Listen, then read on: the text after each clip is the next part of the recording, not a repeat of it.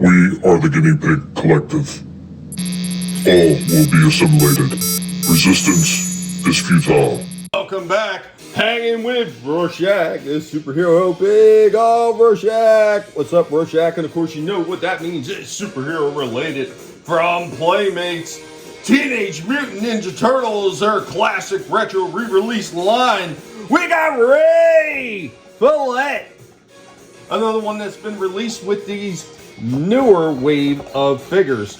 Of course, along with him, we wound up getting April O'Neil, and we are also getting Mondo Gecko. I have not found Mondo Gecko yet, and of course, if you have already seen, I did do the April O'Neil one. So in this wave, we have Ray Fillet, we have Mondo Gecko, we have April O'Neil. I haven't seen the Mondo Gecko yet, and of course, I also have the April O'Neil, which we've already taken a look at. I'm really curious to see which character is going to come out with next. Hopefully, we're going to be getting an updated Casey Jones, and maybe some of the other characters that are a little bit less known, or maybe we will finally see another retro re-release, but this time, Usagi Yojimbo. Anyway, guys, let's go ahead and let's take a look at Ray. And of course, as always, they have his profile. They have his bio on the back of this box. Just love the way they do this stuff. It just feels so old school.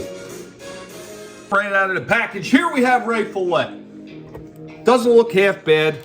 He's got a lot more turn because this one had a ball like a lot of the later Teenage Mutant Ninja Turtle figures did.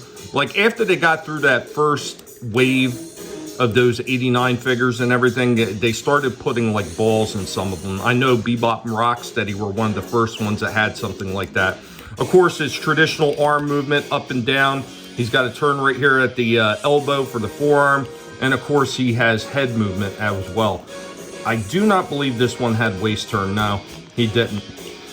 The back of his manta ray wings are actually a rubber-like material. And he doesn't look half bad. Of course, with these big giant flipper feet, these big giant fins on the bottom, he has amazing ability to be able to stand on his own. So let's get out some of his accessories and take a look at those. We go with his primary weapon, his Ray Gill gun. Also comes with is a throwing star called Scarfish and Fish Sticks. Fish Sticks is actually a little guy with dynamite sticks on his back. That's a pretty interesting piece right there. Like, I don't recall that one from the original toy, but then again, I don't remember if I had the original toy. I might have. And of course, his throwing star, pretty interesting design work on that one as well. He's got a little face, little hand, and he's got a little mouth, like all kinds of angry, getting ready to be thrown.